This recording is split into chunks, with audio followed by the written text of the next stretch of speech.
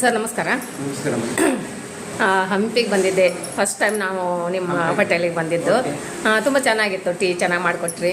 ಹಾಗೆ ಇಲ್ಲೆಲ್ಲರಿಗೂ ತಿಂಡಿ ವ್ಯವಸ್ಥೆ, ಪಡ್ಡು, ದೋಸೆ ಎಲ್ಲ ಮಾಡಿಕೊಡ್ತಾ ಇದ್ದೀರಾ. ಜೊತೆಗೆ ನೀವು ಗೈಡ್ ಕೂಡ ಅಂತ ಕೇಳಿದೆ, ನಿಮ್ಮ ಅಣ್ಣ ಹೇಳಿದರು.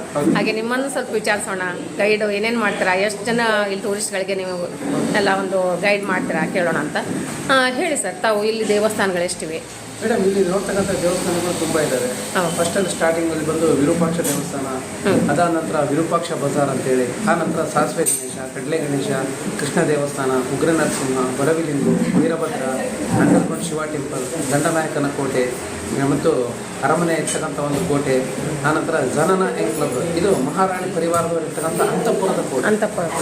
ಅದಾದ ನಂತರ ಹಜಾರಾರಾಮ ಟೆಂಪಲ್ ಅಂತೇಳಿ, ಅಲ್ಲಿ ಕಂಪ್ಲೀಟ್ ರಾಮಾಯಣ ಸ್ಟೋರಿಯನ್ನು ಕೆತ್ತನೆ ಮಾಡಿದ್ದಾರೆ. ಆ ರಾಮಾಯಣ ಸ್ಟೋರಿನ ನಾವು ತಿಳ್ಕೊಳ್ಬೇಕು ಅಂದರೆ ಆ ದೇವಸ್ಥಾನಕ್ಕೆ 3 ಪ್ರದಕ್ಷಿಣೆ ಹಾಕಬೇಕಾಗುತ್ತೆ. ಹಾಗೆ first layer, second layer and third layer ಅಲ್ಲಿ ಕಂಪ್ಲೀಟ್ ರಾಮಾಯಣ ಸ್ಟೋರಿಯಿಂದ ನಾವು ಅಲ್ಲಿ ತಿಳ್ಕೊಳ್ಬೋದು. ಅಂದ್ರೆ ಅದು ಇತ್ತೀಚೆಗೆ ಮಾಡಿದಾರ? ಮುಂಚಿನ ಅದು ಕೃಷ್ಣದೇವರಾಯನ ಕಾಲದಲ್ಲಿ ಅವಾಗಿಂದಲೇ ಇತ್ತು. ಆನಂತರ ಅದಾದ ನಂತರ ಮುಂಭಾಗದಲ್ಲಿ ಬರುತ್ತೆ kings audience, Dasara platform, secret chamber, cultural programme platform, administrative office, step well, ರಾಣಿಯವರ ಈಜುಗಳ, ಮತ್ತು ಈಗ 50 ರೂಪಾಯಿ ಕರೆನ್ಸಿಯಲ್ಲಿ ಬರುತ್ತೆ ನೋಡಿ ರಥ, ಕಲ್ಲಿನ ರಥ. ಆ ಕಲ್ಲಿನ ರಥ ಇರ್ತಕ್ಕಂಥದ್ದು ವಿಜಯ ವಿಠಲ ದೇವಸ್ಥಾನ ಅಂತ ಹೇಳಿ. ಇದು ವಿಜಯನಗರ ಸಾಮ್ರಾಜ್ಯ ಸ್ಥಾಪನೆ ಆಗಿರೋದು 1330ರಲ್ಲಿ ವಿಜಯನಗರ ಸಾಮ್ರಾಜ್ಯ ಸ್ಥಾಪನೆ ಆಗುತ್ತೆ. ಅದಕ್ಕಿಂತ ಮುಂಚಿತವಾಗಿ ಕುಮಟದುರ್ಗ ಕೋಟೆ, ದೇವದುರ್ಗ ಕೋಟೆ, ಮುದುಗಲ್ ಕೋಟೆ, ಯಲಬುರ್ಗ ಕೋಟೆ, ರಾಯಚೂರು ಕೋಟೆ, ಹಿಕ್ಕಲಕೋಟೆ, ಕಂಪಲಿ ಕೋಟೆ, ಇದೆಲ್ಲ ನಮ್ಮ ಹಿಂದೂ ಧರ್ಮದ ಸಾಮ್ರಾಜ್ಯಗಳು. ಇದರ ಮೇಲೆ ಮೊಹಮ್ಮದ್ ಬಿನ್ ತುಘಲಕ್ ಅಟ್ಯಾಕ್ ಮಾಡಿ 2326ರಲ್ಲಿ ಅಟ್ಯಾಕ್ ಮಾಡಿ ಇಲ್ಲಿರ್ತಕ್ಕಂಥವ್ರನ್ನ ಹರಿಹರ ಮತ್ತು ಬುಕ್ಕರಾರನ್ನ ಅವ್ರನ್ನ ಕನ್ವರ್ಟ್ ಮಾಡೋಕ್ಕೆ ನೋಡ್ತಾನೆ ಸೆರೆಮನೆಯಲ್ಲ. ಆದರೆ ಅವರು ಅಲ್ಲಿಂದ ತಪ್ಪಿಸ್ಕೊಂಡು ಬಂದು ವಿದ್ಯಾರಣ್ಯ ಗುರುಗಳ ಕೈಗೆ ಸಿಕ್ಕು 1330ರಲ್ಲಿ ವಿಜಯನಗರ ಸಾಮ್ರಾಜ್ಯ ಸ್ಥಾಪನೆ ಮಾಡ್ತಾರೆ. ಮತ್ತು ಕಲ್ಲಿನ ರಥ ಇರ್ತಕ್ಕಂಥದ್ದನ್ನು 1513ರಲ್ಲಿ ಕೃಷ್ಣದೇವರಾಯ ಅಂದರೆ ಕೋನಾರ್ಕ್ ಟೆಂಪಲ್ ಇದೆಯಲ್ಲ ಒರಿಸ್ಸಾ, ಅಲ್ಲಿ ಹೋದಾಗ ಅಲ್ಲಿ ಯುದ್ಧದಲ್ಲಿ ಜಯ ಗಳಿಸಿ ಕೋನಾರ್ಕ್ ಟೆಂಪಲ್ ಇರ್ತಕ್ಕಂಥ ರಥವನ್ನು ನೋಡಿ ಆ ರಥದಲ್ಲಿ ಇರ್ತಕ್ಕಂಥದ್ದನ್ನೇ ನಮ್ಮ ವಿಜಯನಗರ ಸಾಮ್ರಾಜ್ಯದಲ್ಲಿ ಬಂದು ಅಲ್ಲಿಂದ ಬಂದಾದ ನಂತರ ರಥವನ್ನು ನಿರ್ಮಾಣ ಮಾಡಿದ್ದಾರೆ. ಮತ್ತು ಸಂಗೀತ ಮಂಟಪ ಅಂತೇಳಿ ವಿಜಯ ವಿಠಲ ದೇವಸ್ಥಾನದಲ್ಲಿ ಪ್ರತಿಯೊಂದು ಕಂಬಗಳಿದೆ, 58 ಕಂಬಗಳಿದೆ, 56 ಕಂಬಗಳು. ಆ 56 ಕಂಬಗಳಲ್ಲಿ ಚಿಕ್ಕ ಚಿಕ್ಕ ಕಂಬಗಳಿದೆ. ಅದರ ಆಕಾರ, ಅಳತೆ ಮತ್ತು ಗಾತ್ರ ಮತ್ತು ದಪ್ಪದಲ್ಲಿ ಅದರಿಗೆ ಸ್ವರಗಳು ಬೇರೆ ಬೇರೆ ಬರ ಕೆತ್ತನೆ ಮಾಡಿದೆ. ಅದು ಸಪ್ತಸ್ವರ ಮಂಟಪ. ಇವಾಗಲೂ ಅದು ಸಪ್ತ ಸ್ವರಗಳು ನುಡಿಯುತ್ತೆ. ಈಗ ನುಡಿಯುತ್ತೆ, ಬಟ್ ಅದು ಟೆಸ್ಟ್ ಮಾಡಕ್ ಬಿಡ್ತಾ ಇಲ್ಲ ಮೇಡಮ್. 14 ಇಯರ್ಸ್ ಬ್ಯಾಕ್ ಮೇಲ್ಗಡೆ ಇರ್ತಕ್ಕಂಥ ಕಲ್ಲಿನ ಚಾವಣಿಗಳೆಲ್ಲ ಬಿದ್ದೋಗ್ಬಿಟ್ಟಿದ್ದಾವೆ. ಈಗ ಏನಾಗಿದೆ, ಅಥ್ಲೆಟಿಕ್ ಡಿಪಾರ್ಟ್ಮೆಂಟ್ ಅದನ್ನ ರಕ್ಷಣೆಗೋಸ್ಕರ ಅದನ್ನ ಯಾರು ಬಿಡ್ತಾ ಇಲ್ಲ. ಗರ್ಭ ದೇವಸ್ಥಾನದಲ್ಲಿ ಎಲ್ಲ ನೋಡ್ಕೋಬಹುದು. ಈಗ ನಾವು ಚಿಕ್ಕವರಿದಾಗ ಬಂದಿದ್ದೀವಿ, ಅವಾಗ ನಾವು ಮುಟ್ಟಿ ಬಾರಿಸಿ ಕೂಡ ಆ ಧ್ವನಿಯನ್ನು ಕೇಳಿದೀವಿ, ಸಪ್ತ ಸ್ವರಗಳ ನುಡಿಯನ್ನ. ಆದ್ರೆ ಇವಾಗ ನಿಜ, ನಾವು ಈಗ 2 ವರ್ಷದ ಹಿಂದೆ ಬಂದಿದ್ದೀವಿ. ಹೋದ ವರ್ಷ ಬಂದಾಗ ಬಿಡ್ಲಿಲ್ಲ ನಮ್ಮ ಒಳಗಡೆ. ಮತ್ತೆ ಸರ್, ನೀವು ಎಷ್ಟು ವರ್ಷದಿಂದ ಮಾಡ್ತಾ ಇದ್ದೀರಾ? ಮೇಡಮ್, ಈಗ ಫಸ್ಟ್ ಅಲ್ಲಿ ಚಿಕ್ಕವನಿದ್ದಾಗೂ ಮಾಡ್ತಾ ಇದ್ದೆ. 82, 83ರಲ್ಲಿ ಗೈಡ್ ಮಾಡ್ತಾ ಇದ್ದೆ. ಆನಂತರ ನಾನು ಬಿಟ್ಬಿಟ್ಟು ಈಗ ಮತ್ತೆ 2012ರಿಂದ ಮತ್ತೆ ಶುರು ಮಾಡಿದ್ದೀರಾ. ಸುಮಾರು ದಿವಸಕ್ಕೆ ಎಷ್ಟು ಜನ ನಿಮಗೆ ಗೈಡ್ ತಗೊಳ್ತಾರೆ? ಮೇಡಮ್, ಬಂದವರು ನಮಗೆ ಇದು ಬರುತ್ತೆ, ಫೋನ್ ಮುಖಾಂತರ ನಮಗೆ ಬುಕಿಂಗ್ ಮಾಡ್ಕೊಳ್ತಾರೆ ಮೇಡಮ್. ಅದೇನಂದ್ರೆ ಯಾಕಂದ್ರೆ ಕೆಲವರು ಇಸ್ಕೊಂಡು ಹೋಗ್ಬಿಟ್ಟು ಫ್ರೆಂಡ್ಸ್ಗೆ ಅವರಿಗೆ ಹೇಳಿ ಅವರೆಲ್ಲ ಬರ್ತಾರೆ. ನಮಗೆ ಗೋವಾದಿಂದ ಬರುತ್ತೆ ಮೇಡಮ್, ಗೋವಾದಿಂದ ಬರುತ್ತೆ, ಕರ್ನಾಟಕದ ಮೈಸೂರು, ತಮಿಳುನಾಡು ಎಲ್ಲ ಸುಮಾರು ಜನ ತಗೋತಾರಲ್ವಾ ಗೈಡ್. ಎಷ್ಟೋ ಜನ ಹಾಗೆ ನೋಡ್ತಿರ್ಬೋದು. ಆದ್ರೂ ಕೂಡ ಕೆಲವ್ರು ಏನ್ ಮಾಡ್ತಾರೆ ಅಂದ್ರೆ, ನಾವು ಗೂಗಲ್ ಅಲ್ಲಿ ಇದೆ, ಅದರಲ್ಲಿ ಇದೆ, ಬಟ್ ಗೂಗಲ್ ಅಲ್ಲಿ ಇರ್ತಕ್ಕಂಥ ಒಂದು ಮಾಹಿತಿಗಿಂತ ಜಾಸ್ತಿ ನಿಮ್ಮಲ್ಲಿ ಇರ್ತದೆ. ಹೌದು, ಯಾಕಂದ್ರೆ ವಿಜಯನಗರ ನಮ್ದು ಬಂದ್ಬಿಟ್ಟು ಪ್ರಾಕ್ಟಿಕಲ್. ಈ ಥಿಯರಿ ಒಳಗಡೆ ಇರ್ತಕ್ಕಂಥದ್ದು ಕಡಿಮೆ. ಬುಕ್ಕಲ್ಲಿ ನಾವು ಓದ್ಕೊಳ್ತೀವಿ, ಬುಕ್ಕಲ್ಲಿ ಇರ್ತಕ್ಕಂಥದ್ದು ಇದು ಸಾರಾಂಶ ನಮ್ಮಲ್ಲಿ ಜಾಸ್ತಿ ಇರುತ್ತೆ. ಯಾಕಂದ್ರೆ ಈಗ ನಾವು ಒಂದು ದೇವಸ್ಥಾನದ ಬಗ್ಗೆ ಕೇವಲ ಈ ವಿರೂಪಾಕ್ಷ ದೇವಸ್ಥಾನದಲ್ಲಿ ಮಿನಿಮಮ್ ಅಂದ್ರೆ ನನಗೆ 45 ಮಿನಿಟ್ಸ್ ಮೇಲೆ ಬೇಕಾಗುತ್ತೆ ಒಂದು ದೇವಸ್ಥಾನ.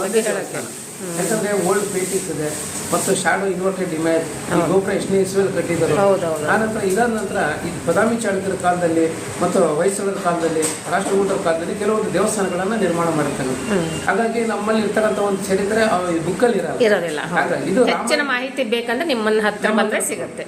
ಅಂದ್ರೆ ರಾಮಾಯಣದಲ್ಲಿ ಕಿಷ್ಕಿಂಧ, ಅದಕ್ಕಿಂತ ಮುಂಚೆ ಇದು ಪಂಪಾಪುರ, ಪಂಪಾ ಕ್ಷೇತ್ರ, ಪಂಪಾ ನದಿ, ಮತ್ತು ಇದು ಪಂಪಾ ದೇವಿ, ಪಾರ್ವತಿಗೆ ಪಂಪಾ ದೇವಿ.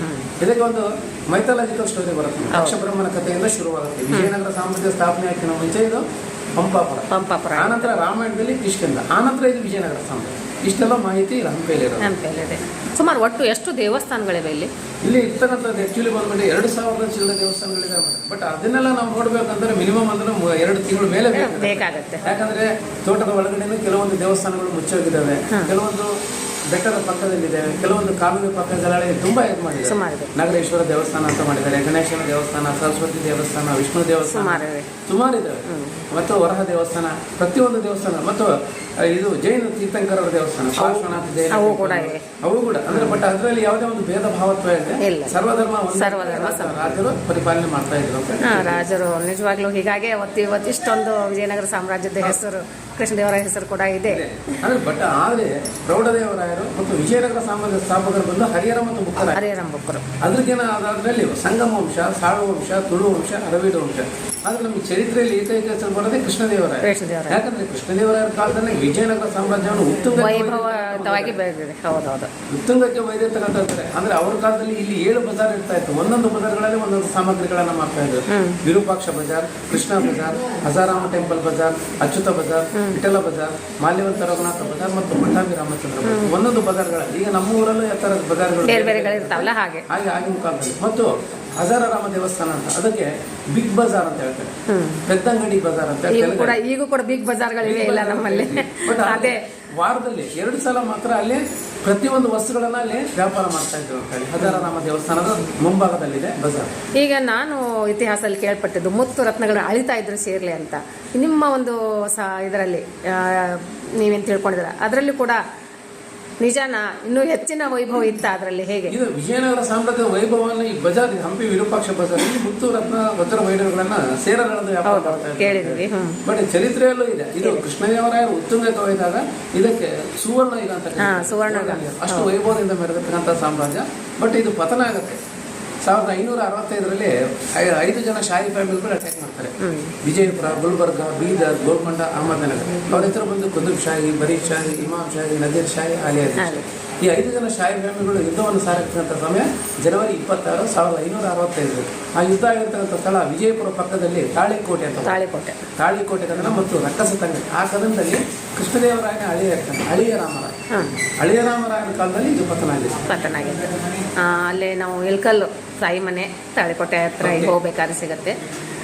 ಮತ್ತೆ ಈಗ ಈ ಗೌರ್ಮೆಂಟ್ ಸರ್ಕಾರ ಎಲ್ಲ ತೊಗೊಂಡ್ಬಿಟ್ಟು ಸಾಕಷ್ಟು ಅದನ್ನು ಜೀರ್ಣೋದ್ಧಾರ ಮಾಡಿದೆ. ಟೂರಿಸ್ಟ್ ಪ್ರವಾಸಿಗರಿಗೆ ಸಾಕಷ್ಟು ವ್ಯವಸ್ಥೆಯನ್ನು ಮಾಡಿಕೊಟ್ಟಿದೆ.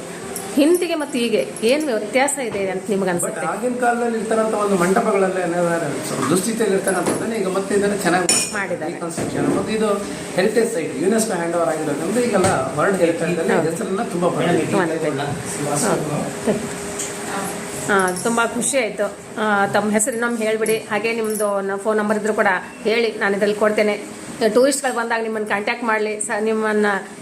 ನಿಮ್ಮಲ್ಲಿರ್ತಕ್ಕಂಥ ಒಂದು ಇತಿಹಾಸದ ಒಂದು ಪುಟಗಳ ಒಂದು ಸಾರಾಂಶವನ್ನು ಅವ್ರು ತಿಳಿದುಕೊಳ್ಳಿ ಅಂತ ಹೇಳಿ ನಾನು ಆಸೆಪಟ್ಟು ಈ ಒಂದು ವಿಡಿಯೋನ ಮಾಡ್ತಾ ಇದ್ದೇನೆ. ಇನ್ನೊಂದು ಸರ್ ತಮ್ಮ ಹೆಸರು ಹೇಳ್ಬಿಡಿ ಸರ್. ನನ್ನ ಹೆಸರು ಶ್ರೀನಿವಾಸ್ ಅಂತ ಹೇಳಿ. ಈಗ ನಾನು 2012ರಿಂದ ಗೈಡ್ ಮಾಡ್ತಾ ಇದ್ದೀನಿ. ನಾವು ಎಷ್ಟು ಜನ ಅಣ್ಣ ತಮ್ಮಂದ್ರು? ನಾವು 3 ಜನ ಅಣ್ಣ ತಮ್ಮಂದ್ರು. ಒಬ್ಬರು ಇದು ಹೋಟೆಲ್ ನೋಡ್ಕೋತಾ ಇದ್ದಾರೆ, ನೀವೊಬ್ರು, ಇನ್ನೊಬ್ರು ಗೈಡ್ ಮಾಡ್ತೀನಿ, ಇನ್ನೊಬ್ರು KSRTC ಕಂಡಕ್ಟರ್ ರಿಟೈರ್ಡ್ ಆಗಿದ್ದಾರೆ ಮನೆಯಲ್ಲಿ. ಹೌದಾ, ತುಂಬ ಸಂತೋಷ. ಇಲ್ಲೇ ಪಕ್ಕದಲ್ಲೇ ಪಕ್ಷ ದೇವಸ್ಥಾನ, ಅದ್ರ ಮಗ್ಲಕ್ಕೆ ನಿಮ್ಮ ಮನೆ ಇದೆ. ಹೀಗಾಗಿ ಫೋನ್ ನಂಬರ್ ಹೇಳಿ. 9482006390. ಓಕೆ ಸರ್, ಧನ್ಯವಾದ. ಇನ್ನಷ್ಟು ಟೂರಿಸ್ಟ್ಗಳಿಗೆ ನಿಮ್ಮ ಸೇವೆ ಒದಗಲಿ. ಹೀಗೆ ನಿಮ್ಮ ಹೋಟೆಲು ಕೂಡ ಬೆಳೀಲಿ. ಜನರ ಒಂದು ರುಚಿಕರವಾಗಿರ್ತಕ್ಕಂಥ ತಿಂಡಿಯನ್ನು ತಿಂದು ನಿಮ್ಮಿಂದ ಒಳ್ಳೆಯ ಒಂದು ಮಾರ್ಗದರ್ಶನವನ್ನು, ಗೈಡನ್ನು ತೆಗೆದುಕೊಳ್ಳಿ.